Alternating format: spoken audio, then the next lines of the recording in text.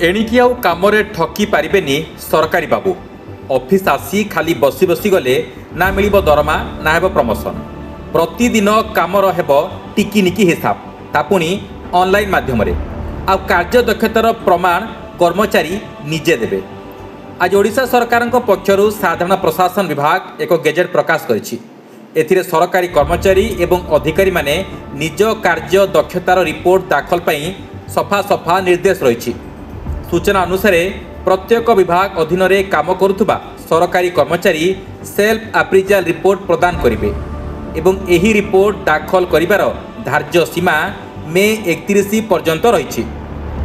कर्मचारी यह रिपोर्ट को ऑनलाइन पोर्टाल रे दाखल करेंगे आउ यापर सेमानंक उपरिस्थ अधिकारी सही रिपोर्ट उपरे निजर मंतव्य देवे जे जहाँ कर्मचारी माने दाखल करिसंती ता ठीक अथवा भूल। आउ यार कार्यसीमा जुलाई 31 सुधा सारिबा पे सेमानंकु कुआ जायछि। आउ यापर विभागीय मुख्य 30 सेप्टेम्बर भितर एक चूड़ांत रिपोर्ट प्रकाश करी सरकार पाखरे दाखल करेंगे। आउ ये रिपोर्ट आधार रे ही सरकारी कर्मचारी प्रमोशन निर्भर करिबो बोली स्पष्ट भाव में उल्लेख रही। आउ यही सबु कार्य चलित वर्ष डिसेम्बर 31 सुधा सारिबा पे तागिद करिछि साधारण प्रशासन विभाग। एने सबु विभागीय दफ्तर एवं एचओडी मानकु नोटिस मध्य जारी करा जायछि।